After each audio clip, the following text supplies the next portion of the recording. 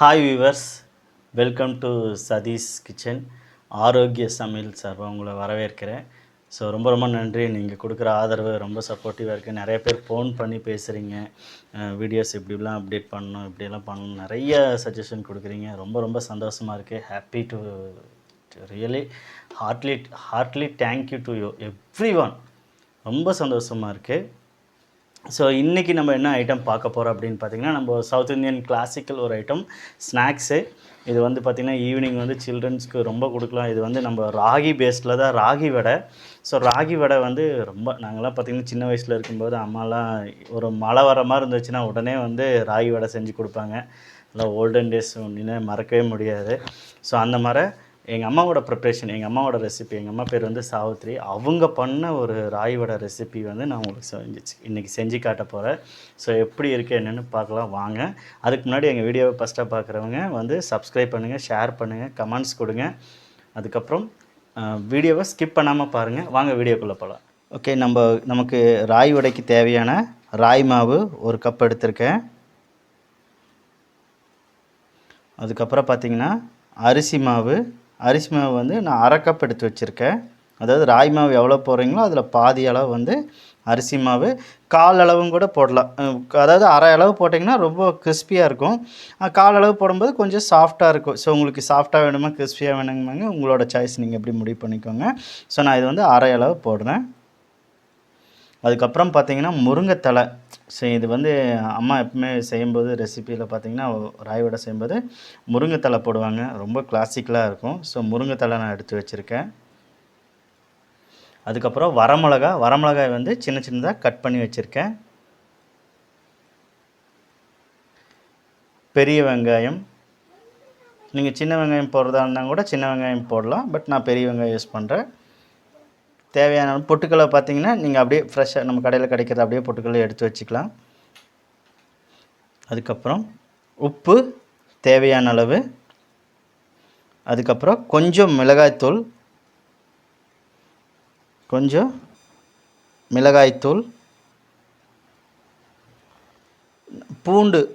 பூண்டு பார்த்திங்கன்னா நான் இடித்து வச்சுருக்கேன். பூண்டு வந்து ஒரு 4-6 ஒரு கட்டை இருக்கும் பார்த்திங்களா, அந்த கட்டையில் வந்து 2 கட்டையை நான் இடித்து வச்சுருக்கேன். கருவேப்பிலை வந்து நான் பொடியாக கட் பண்ணி வச்சுருக்கேன். பெருங்காயத்தூள். ஸோ இதில் பார்த்திங்கன்னா ஃபஸ்ட்டு வந்து நான் வந்து வெங்காயம் போடுறேன்.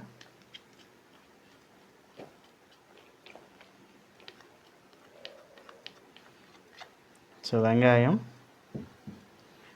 அதுக்கப்புறம் பார்த்திங்கன்னா கருவேப்பிலை, அதுக்கப்புறம் வரமிளகாய். உங்களுக்கு எந்தளவுக்கு காரம் வேணுமோ அந்தளவுக்கு போட்டுக்கோங்க. நீங்கள் பச்சை மிளகாய் போடுறதா இருந்தால் கூட போட்டுக்கோங்க. பட் நான் வந்து வரமிளகாய் போட்டிருக்கேன். அதுக்கப்புறம் பூண்டு. ஸோ இந்த வடைக்கு வந்து நான் பூண்டு ஜாஸ்தியாகவே சேர்த்திருக்கேன். அதுக்கப்புறம் பார்த்திங்கன்னா நம்ம முருங்கைத்தலை,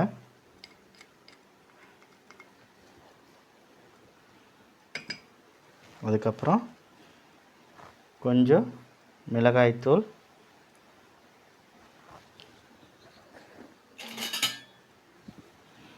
அதுக்கப்புறம் உப்பு,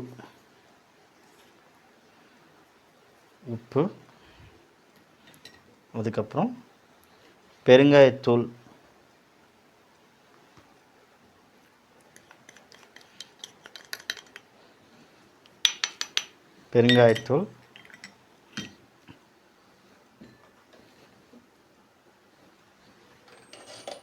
ஸோ இப்போ இது என்ன பண்ணுறீங்க, இதை முதல்ல ஃபஸ்ட்டு நல்லா மிக்ஸ் பண்ணிக்கோங்க. இப்போ இதை மிக்ஸ் பண்ணும்போது கொஞ்சம் எண்ணெய் சூடு பண்ணி கொஞ்சம் சூடான எண்ணெயை வந்து இதில் ஊற்றிடுங்க.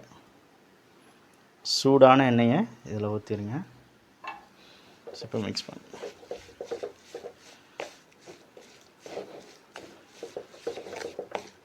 ஸோ முருங்கைத்தலை பார்த்திங்கன்னா நான் கொழுந்தான தலை தான் எடுத்திருக்கேன்.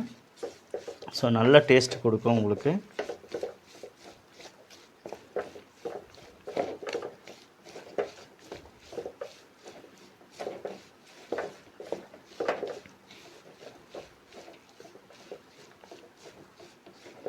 ஸோ இப்போ நம்ம இந்த எண்ணெய் வந்து சூடு பண்ணி ஊற்றுறதுக்கு காரணம் என்னென்னா நல்லா உங்களுக்கு கிறிஸ்பியாக இருக்கும். அதாவது நம்ம சாப்பிடும்போது வந்து ரொம்ப சாஃப்டாக வாயில் போட்டாலே அப்படியே கரையிற மாதிரி இருக்கும்.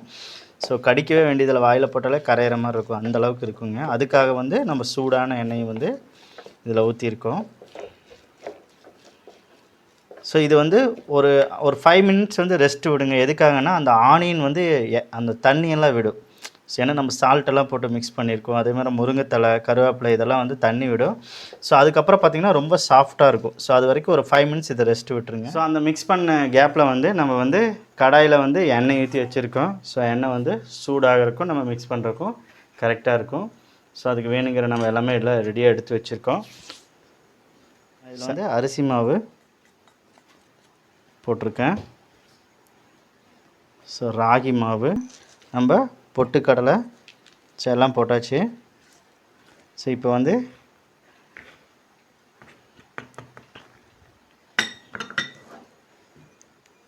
தண்ணி தேவைப்படும். தண்ணி வந்து பார்த்து அளவாக ஊற்றிக்கோங்க.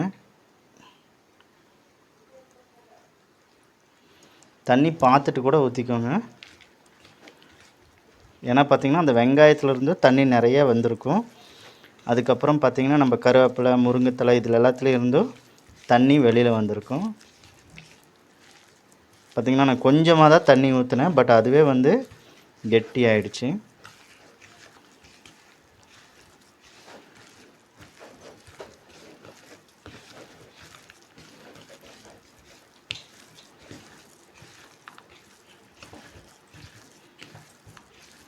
ஸோ இதை வந்து நீங்கள் வடை மாதிரியே போடலாம், இல்லை பக்கோடா டைப்பில் போடலாம், இல்லை தட்டி தட்டி நீங்கள் ஒரு தட்டை வடை டைப்பில் போடுறதா இருந்தாலும் போடலாம்.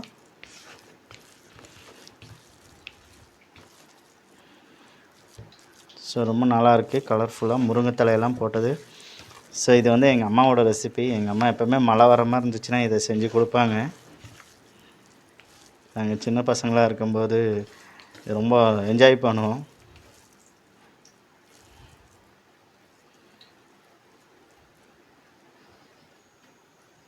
ஸோ இது ஒரு 2 மினிட்ஸ் டைம் கொடுங்க, அப்படியே செட்டில் டவுன் ஆகட்டும். ஸோ அதுக்குள்ளே நம்ம எண்ணெய் சூடாயிரும். ஸோ இப்போ வந்து எண்ணெய் வந்து சூடாயிடுச்சு, நம்ம வச்சுருக்கிற எண்ணெய். ஸோ இதை வந்து நான் பக்கோடா டைப்பில் உதிரி உதிரியாக போட போகிறேன். ஸோ ரொம்ப கேர்ஃபுல்லாக போடுங்க, எண்ணெய் சூடாக இருக்குது. ஸோ எண்ணெய் வந்து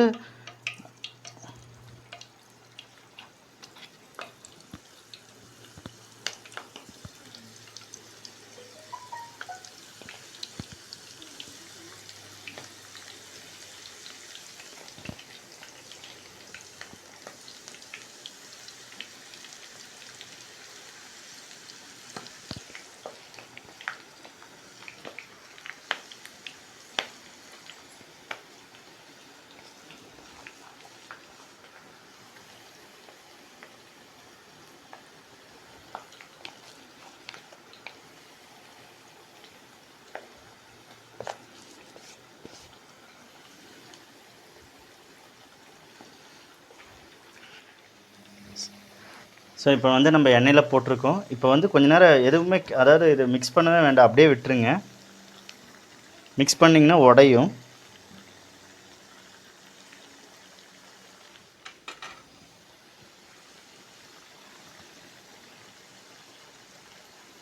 ஸோ நல்லா ஸ்லோ ஃப்ளேமே, அதாவது மீடியமான ஃப்ளேமில் வச்சு நல்லா குக் பண்ணுங்கள். அப்போ தான் உள்ளெல்லாம் நல்லா குக் ஆகும். ஏன்னா ராய் வந்து கொஞ்சம் டைம் ஆகும் குக் ஆகிறதுக்கு. ஒருவேளை ஆஃப் குக் ஆகிடுச்சுன்னா நீங்கள் சாப்பிட்டதுக்கப்புறம் உங்களுக்கு டைஜஸ்ட் ப்ராப்ளம் ப்ளஸ் வயிற்று வலி ரொம்ப ஜாஸ்தியாக இருக்கும். அதனால் நல்லா குக் பண்ணிக்கோங்க. நான் இந்த ரெசிப்பியில் வந்து வரமிளகா தான் யூஸ் பண்ணியிருக்கேன். நீங்கள் வேணுன்னா பச்சை மிளகா நீங்கள் யூஸ் பண்ணுறதா இருந்தாலும் தாராளமாக யூஸ் பண்ணலாம். பபுள்ஸ் இருக்குங்க, இந்த பபுள்ஸ் வந்து அப்படி அப்படியே கம்மியாகும். பபுள்ஸ் கம்மியாகும்போது நீங்கள் ஐடென்டிஃபை பண்ணிக்கலாம், சரி நம்மளது வந்து நல்லா ராகி வடை வந்து குக் ஆகிடுச்சு அப்படின்னு. ஸோ நம்ம ராகி வடை வந்து குக் ஆகிட்டுருக்கு. ஸோ அதாவது ரொம்ப ஹை ஃப்ளேம்லாம் வைக்காதீங்க, மீடியம் ஃப்ளேம்லேயே வச்சு குக் பண்ணுங்கள், ரொம்ப நல்லாயிருக்கும். ஈவினிங் வந்து ஒரு பர்ஃபெக்டான ஸ்நாக்ஸ், ரொம்ப ஹெல்த்தியான ஸ்நாக்ஸ் ஃபார் சில்ட்ரன்ஸ். நீங்கள் கண்டிப்பாக எல்லாருமே லைக் பண்ணுவாங்க, எல்லா ஏஜ் குரூப்லேயும். ஏன்னா வந்து இது வந்து ஒரு கிளாசிக்கலான ஸ்நாக்ஸு. ஸோ ஓல்டன் டேஸ்லலாம் இது நிறைய கிடச்சிட்டு இருந்துச்சு. இப்போ பார்த்திங்கன்னா நம்ம டீ கடையில் மட்டும் பார்க்கலாம் அங்கங்கே. ஸோ வீட்டிலலாம் நான் செஞ்சு ரொம்ப நாள் ஆயிடுச்சு. ரொம்ப நாளுக்கு அப்புறம் நாங்களே இப்போ தான் பண்ணுறோம். ஸோ இது வந்து ஒரு பர்ஃபெக்டான ரெசிபி எங்கள் அம்மாவோடது. ஸோ எங்கள் அம்மா தான் இதை டீச் பண்ணாங்க. அவங்கக்கிட்டேருந்து அம்மாக்கிட்டேருந்து இந்த ரெசிபி நான் கற்றுக்கிட்டேன்.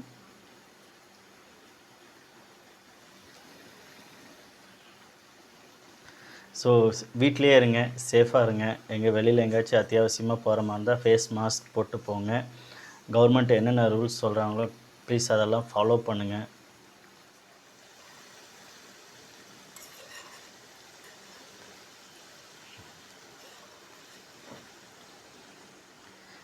இன்னொன்று மட்டும் கடை வந்து பர்ஃபெக்டாக ரெடி ஆகிடுச்சிங்க. ராகி வடை.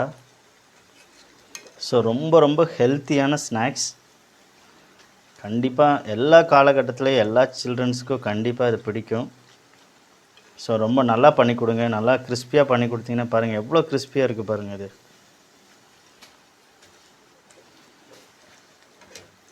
ஸோ இதோட ஸ்டேஜ் தாங்க, ஒவ்வொரு ஸ்டேஜ் பை நீங்கள் கரெக்டான ஸ்டேஜில் எடுத்திங்கன்னா ரொம்ப நல்லா இருக்குது. ஸோ இப்போ வந்து நம்ம பக்கோடா எடுக்கிற ஸ்டேஜ் ஆகிடுச்சு.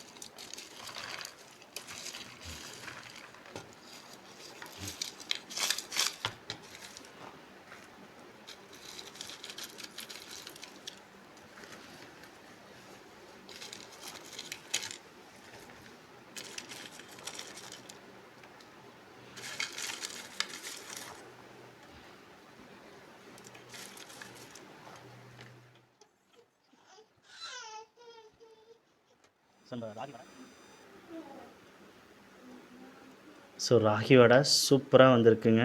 ரொம்ப அருமையாக இருக்குது. கண்டிப்பாக நீங்கள் டேஸ்ட் பண்ணி பாருங்கள். எப்படி இருந்துச்சு என்னன்னு கமெண்ட்ஸ் கொடுங்க. இதே மாதிரி ஒரு ரெசிப்பியில் திருப்பியும் நான் உங்களை சந்திக்கிறேன்.